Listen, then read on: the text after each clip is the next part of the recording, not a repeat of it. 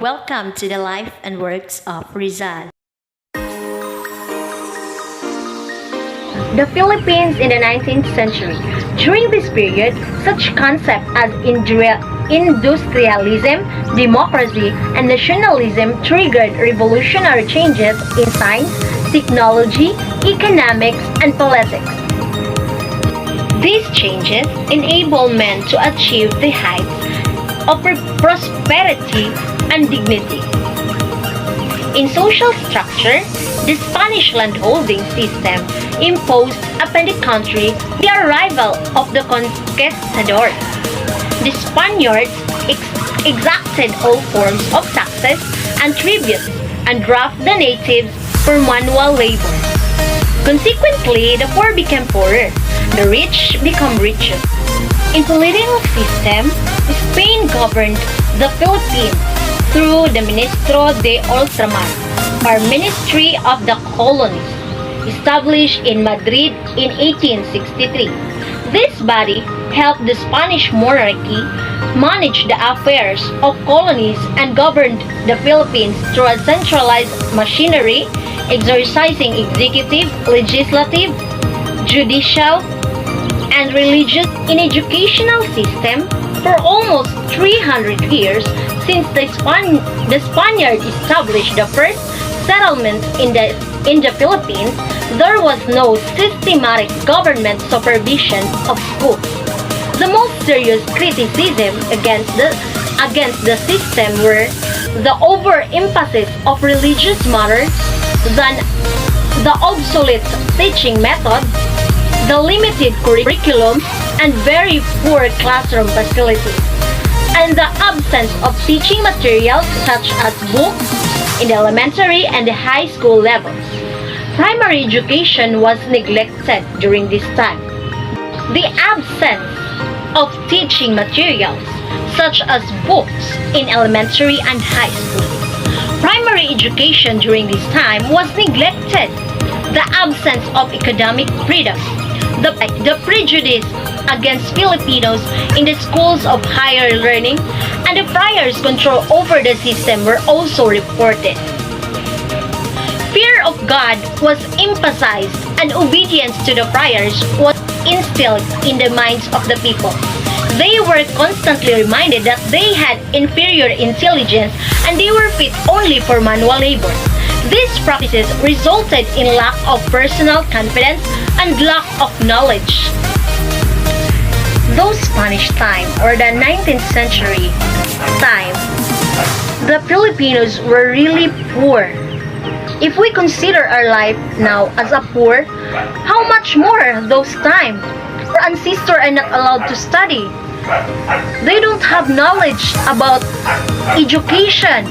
They don't have freedom to study because the government don't allow them. They only teach religious. They practice reading or memorizing a book, but they don't understand what it means because the language or the text contained through it is a Spanish language. Also, in economic, they don't have the right to earn money, the taxation, the corruption. I am blessed I wasn't born during that century. I am blessed that I could educate myself during this time. I could go to school with, I am free to do whatever I want. I am free to learn whatever I want. And though it's not 100% perfect, that there were no corruption in our government, but still I am blessed that there is a changes in our country. We are free. We have freedom. On the day of June 1861, in a small town in the province of Laguna, Jose Protasio Rizal Mercado White Alonso was born, a legitimate son, according to the birth certificate of Francisco Mercado and Teodora Alonso. Calamba, Laguna is a hometown of our hero Rizal. Calamba is a small town nestling at the foot of Mount Makiling as it slopes down to Laguna de Bay. Rizal's town was a prosperous town devoted to the production of sugar. Despite their hardships as tenants of the Dominican friars, whose estate covered practically the whole town, its inhabitants were happy. Rizal's ancestors, like most Filipinos, Rizal was of mixed racial origin. In his veins flowed the blood of East and West. Rizal's great-great-grandfather was Domingo Lampo, the intelligent and industrious Chinese merchant, who married Inés de la Rosa, a Chinese mestiza. Rizal's father's family is born materially, socially, and professionally poor, while his mother from wealthy, famous family. Don Francisco and Doña Chidora were blessed with 11 children. 2 are boys and 9 are girls. They were Saturnina, Pasiano, Narcisa, Olympia, Lucia, Maria, Jose, our hero, Concepcion, Josipa, Trinidad, and Soledad. As to the family finances, they were not really as rich as many biographers have claimed, but were just comfortably well-to-do. The couple was ambitious as regard to the education of their children, desiring to give each the means to acquire a solid preparation. The lands they cultivated were not the property of Francisco Mercado. They belonged to the Dominicans, who had leased a part of the property to the Rizals. Rizal's mother nurtured his mind, equipped with a great capacity for assimilation and with exceptional intelligence. She taught him how to read and write. She inculcated in him a sense of duty. She corrected his faults, especially his obstinacy. To accomplish this, she used parables, which Jose, like other children, loved to listen. At the end of each parable, the mother explaining the symbolism brought out a moral lesson. Rizal continued making progress in his studies. Before the age of 3, he could recite the alphabet. He paid great attention to the lessons that his sisters received from. This great diligence was not forced on him by his mother. It was he himself who evinced an innate curiosity for an interest in learning. In Calamba, he learned how to write. It is said that his father paid an old man to teach him the elements of Latin. The classes lasted only 5 months, owing to the death of the old man. He went to a Rizal continued his study at home, but the situation could not go on in Calamba. But after a short time, it was clear that he had learned all there was to learn from his school teacher. He was made to stop going to the school. Subsequent events proved tragic. Rizal says in his memoirs.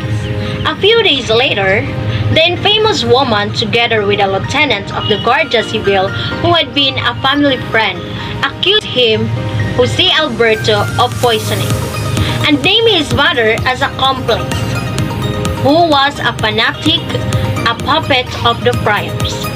From then on, Jose Alberto, the cousin of Rizal's mother, doubted all men and lost faith in their friendship. One dark night, while taking a stroll, he was assaulted and jailed. Despite his being wounded, they threatened him with deportation for the sole reason that in the darkness of the night, he failed to lift his hat as he passed the lieutenant of the Guardia Civil. He filed a suit with the Captain General. It took 2 weeks before his wounds were healed. The legal action was in vain He was not permitted to see the captain, nor did he obtain redress for his grievances. The restoration of the Guardia Civil in the Philippines was well intentioned as regards to the principal mission assigned to them, namely, to fight the Tulisanes, but almost all the Filipinos of the time protested against the abuse of the authority and discrimination against the natives. The detention of Eudora was marked by extremely cruelty and humiliation. They made her walk barefoot to the prison, which was situated 30 kilometers away. When the case reached the audiencia, the alcalde asked pardon for Teodora. She was finally absolved, but the case dragged on for 2.5 years before she finally gained release. Knowledge of this fact and the conclusion that can be drawn from the repercussion and influence on the shaping of the personality of the great Malayan are very significant. He himself said in his memorials that as a result of this, he became skeptic. This emotional trauma was very painful to such a sensitive boy indeed. Was the fact that he lost confidence at an age when his personality was still in crucial formative stage. The Cavite Mutiny in 1872. To this event, we attribute extraordinary importance, not only because of the event's first, but also because of the repercussion in the creation of late patriots who led by Rizal, contributed greatly towards the awakening of the political consciousness of the Philippines. The historical cause or starting point to the Cavite Mutiny. As a basic factor, Burgos published a manifesto in defense of a native clergy of which he was most qualified and courageous spokesman. He asked for equality, rights, and opportunities. He showed how the most lucrative parishes were never granted to the Filipinos, but to peninsularis, priests, or friars. In effect, the existing rule was that native priests should not be given a position of parish priest. That also extended to those who were known to have worked in the propaganda for the political enlightenment of the Filipinos. Hundreds of them were imprisoned, the most prominent being Fathers Jose Burgos, Mariano Gomez, and Jacinto Zamora. Although their participation in the mutiny was never proven, the accused were summoned before the Council of War and were condemned to death. The execution took place in Bagumbayan and the garrote was used. At the time that Teodora, the mother of our hero Rizal, was being imprisoned, and putting Rizal in prison was making or awake the Filipinos to have a revolution against the friars, the Spanish. Due to discrimination, unfair government, biased government, this leads to Filipinos to fight against Spaniards. They want their freedom. They want to have a freedom. Our ancestors want to fight. Through the help of our hero Rizal, they gained strength to fight against Spaniards. That's all. Thank you.